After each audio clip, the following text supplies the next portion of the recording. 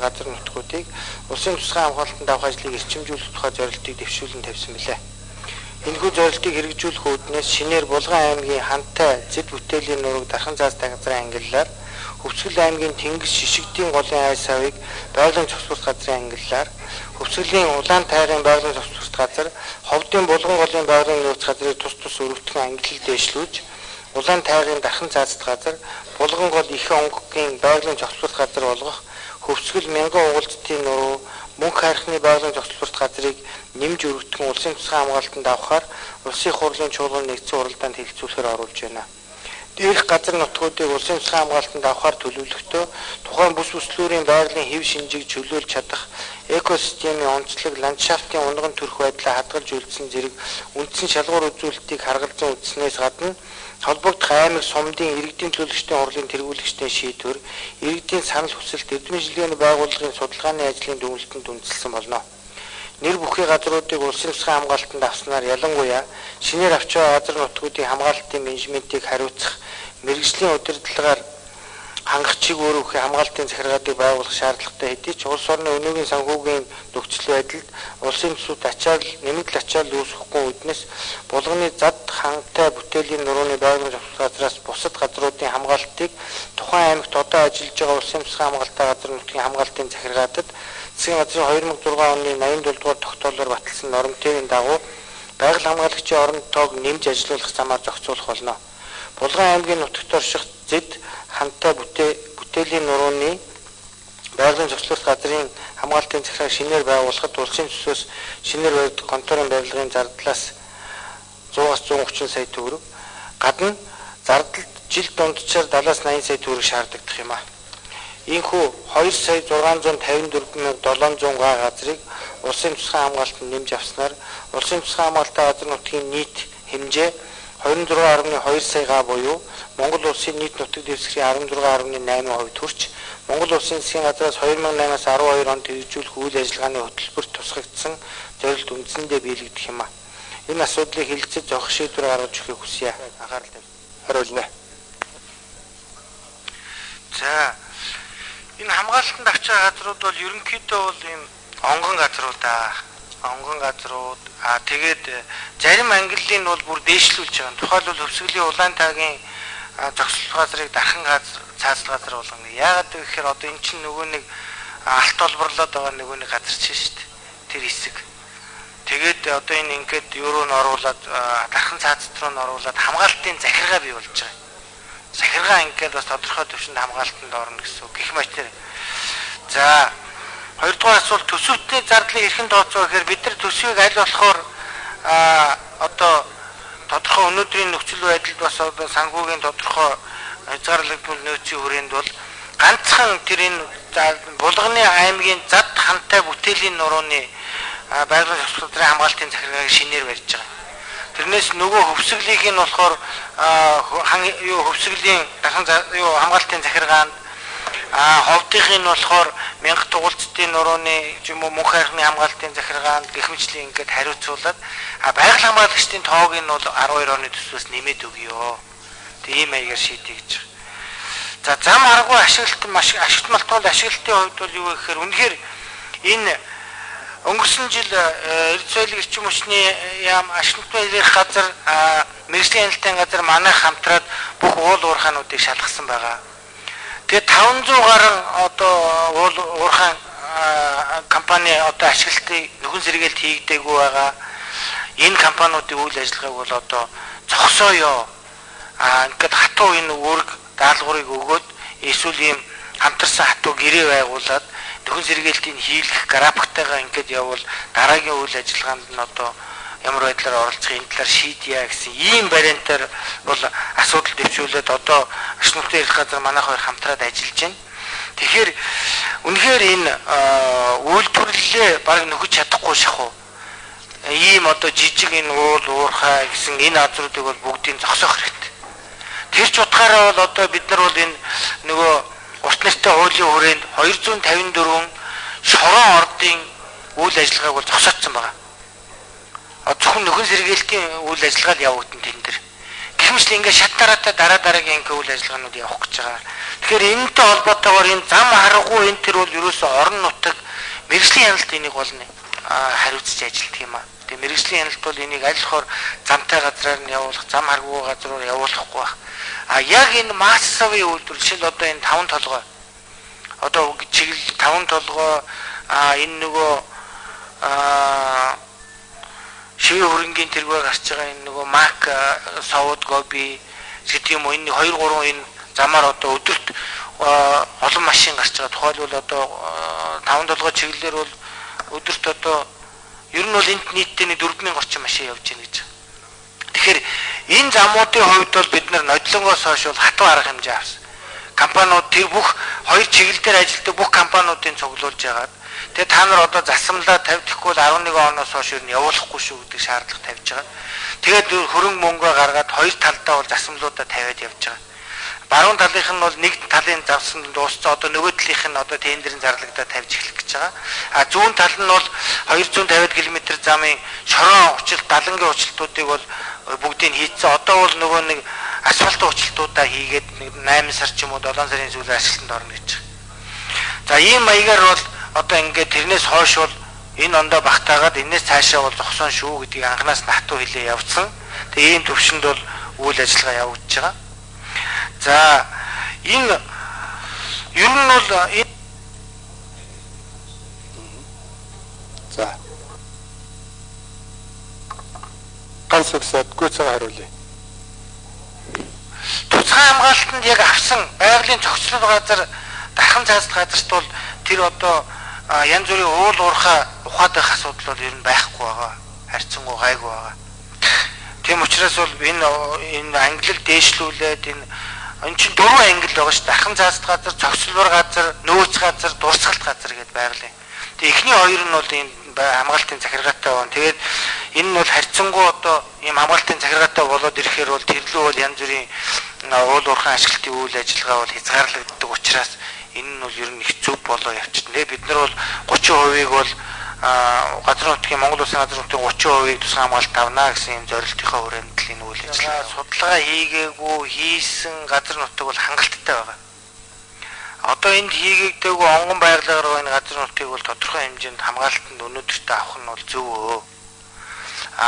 Цаашид үнэхээр тэр бүх газар нутгаа судлаад бүх юм нь үзэж шаарчаад дахиад судалмаар байгаа бол тэр үеийнх нь их хурал багаар нь гаргаад судалдаг юм байгаа биз.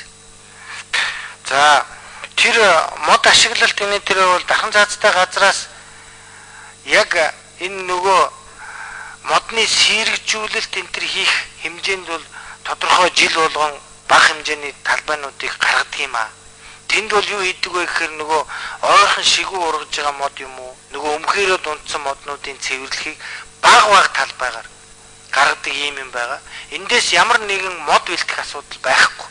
Тэр нөгөө нэг тайрсан юм уу тэр өмхөрсөн моднуудыг гаргаж тэрийг бол тэр түлшинд нь ашиглах хэмжээнд бол юм байна. Хөвсгөлийн хувьд бол үнэхээр тэр нүүрс ашиглалтанд шилжих тэр асуудал бол жижигтэй явагдана. Энэ бол тусгай хамгаалалт газар нуттай хамаагүй. За баярлалаа. Тэгэхээр яагаад ижүүрнээр нь авдаг юм бэ гэж энэ аминдаа л яг үе үедээ л ижүүрнээр нь аваалаа. Жишээлбэл одоо энэ хөвсгөлийн зарим газрууд байна л та. Энэ жишээл мянган улсын нурууны хэсэг бол ашигт балтамлын лиценз олгоцсон хайгуулын лиценз олгосон талбай малбай энэ төр байсан. Тэгээ аминдаа одоо нөгөө саяны нэг хуулийн юм хүрээнд оруулаад хагасын ингэж чөлөөлөд бариад авч байгаа энэ юм тэр нь бол одоо орон нутгаас нь юм нь орж ирж энэ ч нөгөө ингээд хуулийнх нь хүрээндх зохицуулалтуудаас их хамаарч байгаа. Дээр нь ингээд нөгөө судлахтаа орон нутгаасаа нөгөө эхлээ санал нь ирдэг байхгүй. Орон нутаг л бид энийг гаргана гэд эхлээ сум нь багийнх нь хурал болоод сумын хурал болоод тэгээ аймгийнх нь хурал болоод тэгээ засгийн газар руу ирэхээр бид нар нөгөө манай яамд ирэхээр бид нар нэг ажлын хэсгүүд явуулж бүр эн чинь судалгааны технологитой. Тэгээ судалж үзчихээ за болох юм байна гэж явдаг. Тэгэхээр нөгөө тэр судлах усууд чинь орон нутгийн өгөөгүй газрыг үгүй эний чи оруулна гэж явдаг байхгүй. Иймэрхүү практик байгаа. Тэгээ тэрэн дээр бол одоо асуудал юм байгаа. За тэр нөгөө юу шудраг ус хүн одоо ингээд нөгөө манай энэ байцаагч нар одоо зарим нь шудраг байна, зарим нь шудраг ус байна гэд магадгүй хөө хүн амьтаа олон юм чинь бид нар бол ер нь бол зарим нэг байгаль хамгаалалтыг бол жилд бол арга хэмжээ авч байгаа, зарим нь халж байгаа тохиолдлууд байгаа. Тэгээд энэ дээр танд жишээ байгаа бол тэр жишээгээ надад бичиж өгчөөрэй. Тэгээ тэр нь халагдаагүй хүн байвал азны тэр арга хэмжээг нь авъя. За модны машин нөхөн төлбөрийн асуудал дээр бол үнэхээр бид нар бол энэ 2 жил хулгай модтой тэмцэх гэж нэлээд үзэж байгаа. Тэгээ цагдаагийн ерөнхий газрын дэргэд байгаль орчны гэмт хэрэгтэй тэмцэх хилцэл байгуулагдсан байгаа. Тэгээ эднэртэйгээ хамтраад бол бид нар он гарангууд бүх аймгийн мөрдөн байцаах газрын хилцээгийн дарга нарыг авчираад нэг ажилтнтай. Тэгээд энэ чиглэлээр нэлээд өөрөг өгөөд уг нь бол нэлээд постмос тавиа ажиллаж байгаа. Тэгэл ерөнхийдөө бол хүндрэл бол байна. Тийм учраас бид нар ойн тухай хуульд өөрчлөлт оруулах хуулийн өөрчлөлтөө боловсруулад одоо энэ хаврын чуулганд өргөн барина. Бид нар бас нэлээд өөр концепцуудыг бас оруулж ирнэ. За зэрлэг амьтад хамгаалах чиглэлээр бид нар их хийж байгаа. Хамгийн наазах нэг чинь тооллого энэ нь бол ерөөсөө нэлээд олон жил хийгдээгүй байсныг бол сүүлийн 2 жил ер нь 150 сая 50 сая энтергээд туурайтан ойн говийн тэгээд одоо нөгөө ховор амтан шувуу гэрмэчлийн ингээд нөгөө ургамал ховор ургамал энтрийг хийлгэж байгаа. Тэгээд энэ тоолгынхаа хүрээнд бол ер нь бид нар бол энэ тусгай хамгаалалттай газар нутаг байгаль хамгаалах газрын хэн маань бол ерөнхийдөө юу хийж ийдгийг байнгын судалгаа мониторингууд хийж идэг. Тэрнийхээ дагуу бол энэ өвлөхөд бол бид нар бас нэг 40 сая төгрөгийн нөгөө үүс тижэл тавих барих нөгөө шүү давс тавих нэтэр энэ гэж жоох юм хийдгийг. Тэгэд яг тэр зэрлэг амьтд чинь бол тэгээд бүгдийн ч тэгээд хижээгээд өгнө гэж байхгүй л те. Тийм. Гэхдээ тодорхой төвшөнд бол бид хяналтанд байлгах гал оролдож байгаа. За богдхан уулыг эзэмшүүлэх чиглэлээр бол биднэрт бол маш их хүсэлт ирдэг. Одоо энэ зайсангаа хар нүхтэй хар жирөөсөө иргэн шин суурьсан хороол болцсон байж. Тэгээд яхаар одоо энд нэг өчнөө төчнөө тэрүүн дүүрний хөрөнгө орцсон байдаг. Энийг гаргаач болооч гэх нэг их хурлын гишүүдээс ч гэсэн бичгнүүд ирж байгаа. Тухайлбал одоо ингээл тэр туул зөвлөг энтергээл энэ тэнд байгаа нь ярамгийн энд байгаа айлуудын юм энтергээд. Тэгээ энийг бол одоо яг энүүхэндээ ярихад бол яамнаас бол санаачилд гаргах бол үнэндээ бол бодлого одоо дэндээ алга байна. Нэг орж ирсэн засгийн газар дээр нэг орж ирснийг бид нар бол эсэргүүцсэн байгаа.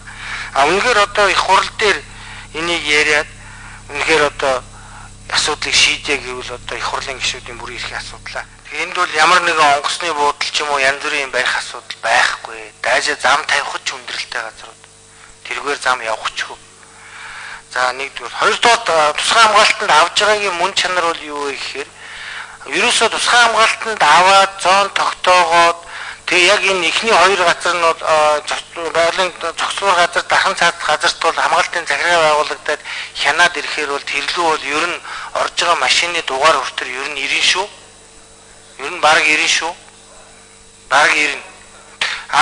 Хэрвээ хамгаалтанд аваагүй бол тэргээр хин юу яаж ч явсан тэнд хамгийн наадах нь ихтэл тэнд явж байгаа машиныг зогсоогоо шалгах бүх эрх зүйн бүгд бүрддэг.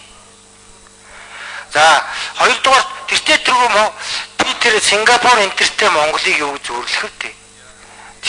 Тэр чинь одоо 20-ын хаашаашаа 20 км газар дээр тэр олон сая хүнтэй тэр одоо бас 3 сая гаруй хүнтэй шүү дээ. Тэр одоо улс тэгээ жилд юу өдөрт бараг сая гаруй хүн нэвтэрч байгаа тэр газрыг чи одоо яаж энэ Монголын газар нутагт зөвлөх вэ? Тийм учраас бол хоёрдугаар юу гэхээр бид нар өнөөдөр гинт одоо нойрноос ирээл энийг ганцх чирээд орж ирж байгаа юм биш ээ. Энэ засгийн газраас ирж байгаа юм шиг чинь нөгөө олон хөтөлбөр зорилтынхаа хүрээнд бид энийгээ хийгээл явж байгаа. Олон улсын өмнө амлалтсан бас бид нар өөрсдөө энийгээ хийх бас зорчин зорилтынхаа хүрээнд л хийгээ явж байгаа. За маргал усны салбарт гэвэл 3,000 гаруй хүн ажилладаг. Түүний нэг 17,800 цагуурын салбарт ажилладаг. За тэгээ үлдсэн 1,300-аас бол нэг 700 орчим байгаль хамгаалагч байдаг. Тэрнээс нэг 400 орчим тусгай хамгаалалттай газрын байгаль хамгаалагч. За 300 орчим нь бол энэ нөгөө сумын төв, аймгийн төвүүд дээр байдаг байгаль хамгаалагч нар байдаг. Тэр оройноос аюулцдаг ийм байгаль хамгаалагч нар байдаг. Таны хэлж байгаа буу зэвсэг юуг бол бид нар тусгай хамгаалалттай газар нутгийнхтэй байдаг байгаль хамгаалагч нартай бол өгдөгөө. Одоогийн байдлаар бол борохоонууд бол ер нь бэхэнхт нөхсөн. Нэг 200 гаруй гар буу бол бүгд тараагдсан байдгийг. Гэх мэтлээ ингээд тодорхой хэмжээний зарим цахилгаан борохоо энэ юмнууд өгсөн. Тэгвэл бол бид нар бүгдийг ижүүрээ хангаж чадахгүй байгаа. Энэ бол маслгүй санхүүгийн боломж юмтай холбоотой. За товчтой бол юм байна. Зам бариад үйлдвэр бариад их юм харьцангуй гайгүй. Тэр их дархан газрын би эсхийн тэр одоо яг зам байгаа хэсэг бол энэ бол урд нь автсан байсан ийм газар байгаа. Тэр үед бол бомбын жоохон баруун талд нь хийчихвэл тэгэл болцсон юм шиг байна лээ. Тэгээ яг хуу ер нь онгон бүсийн орчны бүсийн хууль гэж байд. Энэ орчны бүсийн хуулиар зохицуулах хуулбар бол тэнд байгаа. Өөрөөр хэлбэл зам нь яг дархан цаазд газраараа яваад байна, хууль зөрчөөд байна гэж хүмүүс яриад байгаа. Орчны бүсийн хуулиар зохицуулах тийм хуулбар бол байгаа. Өөрөөр хэлбэл зам явж байгаа эсхийг бол орчны бүсийн эрх зүйн орчноор зам явж болно гэсэн юм зохицуулт хийж болно. Тэн дээр бол проблем байхгүй гэж байна. Түрүү энэ ган төмөр гишүүнд хэлэхэд гараа авчихсан байна. Тэр яг улаантайгын саяны тэр нөгөө нинжандар байгаа хэсэг бол дархан түрүүний байгалийн цогцлол гадарч ороогүй. Одоо бол оруулж байгаа. Тэгээд английн шууд дээшлүүлээд дархан цаастаа болгож. Одоо бол тэгтэр урд нь тэнд хайгуулын лиценз байсан байхгүй юу? Одоо бол бид нар энэ нөгөө усныхаа хуулиар яагаад оруулаад ингээд явна гэж үзэж байгаа. Өшөө нэг юм нь одоо бол авцсан юу бол хамгаалтанд авсан газар бол энийг оруулаад энэ 2,654-ыг оруулаад 54 мянган хүмүүс одоо амьдрах хэрэгцээ байна гэдэг ингээд шаардаад байгаа газар биш ээ. Эдгээр бол үнэхээр тийм онгон дагшин газрууд байна. Нэгдүгээр асуулт. Хоёрдугаар асуулт энэ туул зөвлөг энэ юуны тэрэлцийн яг тэр UB2-ын тэр хэсэг гэдэг бол бас энэ бол одоо яг л энэ хуулийн урд талд энэ өнгөрсөн түрүү жил оны өмнөхөн нөгөө Сэдванчиг гишүүн Бат Эрдэнэ гишүүн энэ санаачлаад өргөн барьсан Гүндлаа гишүүн тэр өргөн барьсан нөгөө дадал хинтийн дадал сумыг оруулаад хин Гамбин багш энэ тэр дадал сумын төвийг оруулаад ингээд бус хамгаалтанд автсан. Хөвсгөлийн хатгалын төв ханхын төвийг бас оруулаад авсан. Энэ нэмийг ороод их хурлаар хилцэсгийн шийдэгдсэн байгаа. Одоо анхны хилцүүлэг нь орох. Тэгэхээр энэтэй цуг хилцэх үед энэ туул зөвлөг энэ асуудлаа бас хэдүүлээ энэ урал дээрээ ер нь бас оруулж тавиул яасан юм бэ? Бид нар бол таны өсөлтийн дагуу ерөнхий координатын яг хуучин хамгаалтанд авах үед байсан координатын бол ерөнхийд нь гаргаад бэлтгэсэн байгаа. Тэгээ энэ үед хэдүүлээ ер нь энэ асуудлыг тэр асуудалтай хамтаад анхны хэлцүүр хэлцэх үед ярил л та. Ер нь бол ингээд хүн иргэншсэн байсан үед нь тусгай хамгаалтанд ингээд авчаад тэг хүмүүсийг охироож байгаа юм юмтыг бол гаргах нь зөв л гэж бодож байгаа. Тийм учраас түрүүн энэ Гамбин гишүүн, Бат Эрдэнэ гишүүн, энэ Сэдванчиг гишүүн, Гүндлаа гишүүний өргөн барьсан хуулийн дээр бол бид нар дэмжиж саналаа өгсөн байна. Ямар юм бэ лээ. Өнөөдөр бол одоо энэ гишүүдийн яриад байгаа ялангуяа би одоо ган төмөр гишүүн, ган ууй гишүүн тэр хэлж байгаа бол яг Улаанбаатар хотыг яриад байгаа байхгүй. Энэ богдуулыг яриад байгаа. Яг энэ хүн ам ингээд одоо 2 сая гаруй хүн ам суурьшсан энэ хотын энэ хамгаалтыг яаж хийх юм бэ? Та нар өстө чадахгүй штэ гэж хэлээд байгаа байхгүй. Бид нар бол нэг тойроод нэг 10 орчим байгаль хамгаалагч байгаа. Тэрний хэд аман дээрээ сууж идэг. Тэг үнэхээр яг бүгдийг нь яаж чадахгүй. Тэгэхээр бас яг тийм маягийн хамгаалалт байх нь ер нь зөв юм уу гэсэн ийм бодол байгаа. Тэгээ бид нар бол энэ Дэлхийн банктай хамтраад энэ богдуулыг хамгаалтын одоо сайжруулах талаар сайжруулна гэдэг нь аял жуулчлал дархан цаазд хамгаалалттай газар нутаг гэдэг утгаараа шинэ менежмент хэрэгжүүлэх гэдэг утгаараа төсөл хэрэгжүүлэх гэж байгаа. За тэгээд энэ яг таны яриад байгаа санаануудыг бол ер нь манайхан бас ярьдаг. Гэхдээ энийг бол яг одоо ямар байдлаар шийдэх вэ гэхээр бас тодорхой хэмжээнд зөрчилтэй л дөө. Тэгэхээр одоо байгаа ядаж энэ хүмүүн амтаа оршин сууж байгаа энэ нөгөө анханасаа байсан одоо туул зөвлөг мөрлөгийн ч юм уу тэр энэ хүмүүсийн газрын бол одоо өхөн зөв юм аа гэдэг тэр бол бид бол итгэл үнэмшилтэй байгаа. Яг одоо энэ зайсан нүхтийг гаргах уу юу гэдэг дээр бол бид нар хамаа ангаагаа сууж байгаа. Ягаад тэгэхээр одоо энэ чинь одоо ингээд энэ асуудлууд чинь уг нь бол энэ газрууд чинь хүмүүс чинь барихтаа бол аялал жуулчлалын зориулалтаар авчиад тэгээд орон сууцны энэ төр болгоцсон энэ имийг яаж шийдэх ёстой юм бэ гэдэг. Гихмчлэн ингээд тэгэхээр энийг бол миний ойлгож байгаагаар бол төрүүчийн одоо энэ нөгөө Гамбин гишүүн энэ Сэдванчиг гишүүн төрийн өргөн барьсан асуудлыг энэтэй одоо анхны хэлцүүрээр хэлсэн шүү дээ тий. Энэ дээр л хэдүүлээ нухстай ярих хэрэгтэй юм шиг байна. За ер нь энэ ингээд очной газар тусгай хамгаалтанд аваад гаднаас мөнгө авах ёстой юу гэдэг дээр бол би бол авах ёстой гэж ойлгож байгаа. Гэхдээ энийг авах гэхээр олон улсын байгууллага бид нар яг энийг чинь тавьж байгаа. Бид бол одоо ингээ ийм лаг юм хийж байна. Мөнгө өгөөч гэхээр та нараас хүнд байдалд байгаа Африк, Азийн улсууд байна. Тэднэрт мөнгө өгөөд яаж юм та нарт маш их баярлж байна. Та нар бол үнэхээр мундаг гэ гоё магтчихад одоодондоо та нарт өгч чадахгүй байна. Тэгтээ бол ер нь өгөх ёстой юм. Уг нь бол хамтраа төсөл мөслийн хийх ёстой юм доо гэд ингээл одоодондоо бол нэг юм байдалтай явж байгаа. Хоёр улс орнуудтай ярьж байгаамаа. Одоо буурийн асуудал юу гэж жишээл одоо энэ ялангуяа энэ хэлийн усны асуудлаар бол бид Хятад Орос хоёртой жилд 2 удаа уулздаг шүү дээ. Тэдний нутаг дээр нэг, манай нутаг дээр нэг. Тэгэл энэ юм чинь ингээ ярьдгийг. Тэгэнгүүт чинь нөгөө талууд чинь ариун цэнгэх байх ухааны асуудлыг л ярина үхээс биш. Энэ дээрх одоо хамгаалтын юм дээр бид мөнгө өгнө гэхээр нөгөөдөл чинь бид өөртөө нутаг дээр ариун цэвэр асуудал. Та нарт их нь байгаа учраас харин та нар илүү санаачлагтай ажиллах ёстой л гэдэг. Тэгээ бид нар бол энэ удирдлагуудтай нуулзах би жишээлбэл Оросын байгаль орчин юу байгаль орчны сайдтай нуулзах гэж Түрднээ гэж хүнтэй уулзах гэж лав 15 6 удаа захиа явуулсан. Гадны дотны хурлууд дээр уулзахдаа дандаа урьссан.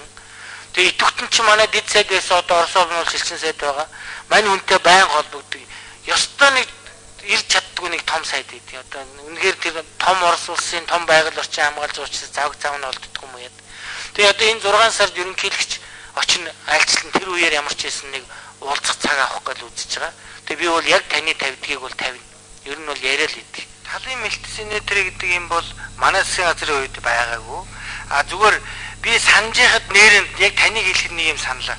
Яг нөгөө нэг 2009 онд нөгөө нэг хямрал болоод ирэх үед гişүүд санаачилж нэг заалнаас хэлжсэн санагдаж байна. Ийм алт малтныхаа ордыг ашиглаж болдгоо юм уу? Тэргээ нэг юм ярьжсэн тий. Нэг тийм санаа гарч ирсэн ба. Тэрнээс засгийн газар тэрийг оруулж ирсэн юм байхгүй шүү. За хоёрдугаар юу гэхээр нүүрсний урагшаа явж байгаа нүүрсний замыг тусгай хамгаалтанд авна гэдэг чинь нүүрсээ битгий явуулаа гэсэн үг болох юм байна тийм ээ. Гүтүүд яах онгоцоор зөөх юм уу?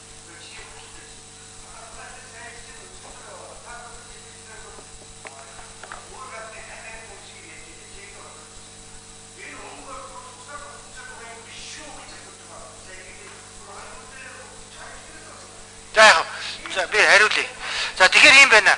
Тэр бид нар бол тусгай хамгаалтанд байгаль орчин үнэхээр бид нар онгон дагшин байгаль энэ нөгөө дурсгалтай газар нутаг энэ юм ал авч байгаа болохоос зам мам бол авахгүй л дээ. За 3 дугаар Бачирэтийн тэрийг бол бид нар орон нутг руу хэвлийн мэдээ сонсонгуудаа бид нар орон нутг руу хэлсэн. Тэгээ чинь бид нар орон нутг руу яриад бид нар нөгөө нэг байгаль орчны албаныхны газрын дарга руу яриад ер нь нэг л юм базагдчихад байна л та.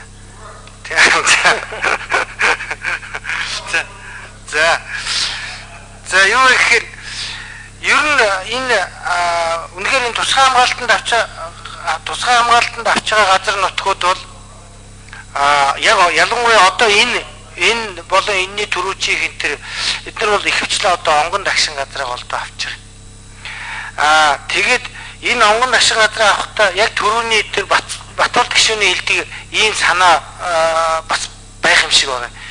Бидний энэ одоо аваад байгаа газар бол дандаа хөдөө орон нутагт хүн алслагдсан, хүн ам бараг суудгүй ийм газрууд байхгүй. Яг үнэхээр одоо тэр Улаанбаатар хотын туул юу богд уулч гэдэг юм уу одоо гэж ярих юм бол бас арай өөр юм шиг байна. Тэгвэл одоо тэрийг нь илүү тийм хүмүүстэй нь ойртуулж бас тодорхой төвшин яг тэр хүмүүст нь хамгаалтын ижүүрэн одоо бүх хүмүүст нь ингэж өгж хязгаарлуулж энэ төр хийх юм болцоонд бүрдэх юм шиг байна. Тэгээд энэ чиглэлээр бол өөрөөр хэлбэл хот суурин газар юм уу тэрнтэй ойролцоо газруудын тусгай хамгаалт ямар байх вэ? Энэ онгон дагшин газрын тусгай хамгаалт ямар байх вэ гэдэг нь бол бид нар бас одоо менежментийн чиглэлээр шинжилгүүдийг хийж байгаа. Ер нь хийн. Тийм ч учраас бид нар энэ богд ууланд зориулаад Дэлхийн банктай хамтраад тусдан тийм төсөл хэрэгжүүлж эхлэх гэж байна. За нөгөө жишээлбэл одоо ингээ хоёр улс хоорондоо ингээ манай талд тусгай хамгаалалттай хад нөгөө талд тусгай хамгаалалттай байвал зүгээр гэдэг маш зөв. Тийм учраас бид нар бол одоо энийг бол Хятадтай бол одоодондоо энэ чиглэлээр ярьж чадахгүй байна.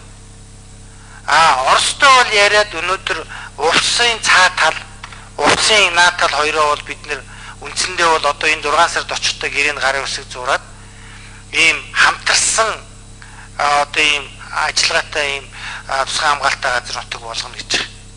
Шин мандлын ийм одоо тусгай хамгаалалттай газар нутаг гэж нэрлэдэг байгаа олон улстай.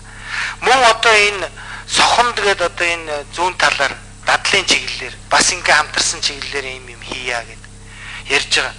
Тэгээ энэ бол ер нь цаашаа ер нь зөв юм шиг байгаа. Тэгвэл нэг юм байна. Жишээлбэл та бол ховдыг ярьлаа шүү дээ. Ховдын цаад талд хятадын талдаа бол яг үржил шинтэйний хилийн тэнд байгаа байхгүй. Тэгвэл тэр нөгөө хилийн наад тал руугаа тэр үржил шинтэй газар нь байгаа учраас нөгөө тэр олон тэр бүмэн чинь наашаага тэндээ шавхад байлгахаас өөр аргагүй л байхгүй. Бидний хувьд бол юу гэхээр яг тэрүүхэн тэндээ бодлогоор одоо эдийн засаг санхүүгийн хувьд тодорхой улс орн маань одоо 20 хэдэн жилдээ босоод ирэхэд яг дээр үеийн тэр мөнгөтэй байсан шигээ тийм одоо баруун зүүн тэр стратегийн хувьд бодоод хүн амаа байршуулад хөдөөнийхөө юуг одоо хүртэл их хурлын гишүүд өргөн барьсан байгаа шүү дээ. Хангамжийг одоо 2 дахин 3 дахин нэмэгдүүлдэг барьдаг тэргээр одоо хүмүүсээ тэндээ байршуулдаг барьдаг тэр бодлого хийх байхаа би бол тэрэнд эргэлзэхгүй байна. Өнөөдөр нөгөө карма маань ямар байгаа гэдэгтээ хамаарал жоох юм байгаа болохоос биш карма гайгүй болчихвол Монгол улс хангалттай бодлого бол тэн дээр хийнэ гэдэгт эргэлзэхгүй. За тэр байгаль орчны цагдаа байгаль хамгаалагч цагдаа болгохыг бол тэгэл бас гишүүдийн хувьд санаачлал ярих хэрэгтэй байх л та. Ер нь бол бид нэр дараагийн засгийн газар ер нь засгийн газрын бүтцийг их хурл болгон өөрчлөөд байх юм уу? Тэр нь ерөнхийн нэг тогтмол бүтцтэй байгаа тухайн засгийн газрын үед нэг хэдэн агентлагийн төвшин жоох юм өөрчлөл жоохон гибхи болгоод тэр нь ерөнхий юм нь бол байнга явж идэг юм руу явъя их хурлын гишүүд яриа л идэх. Тэр бол зөв байх гэж бодож байна. Тэгэхээр энэ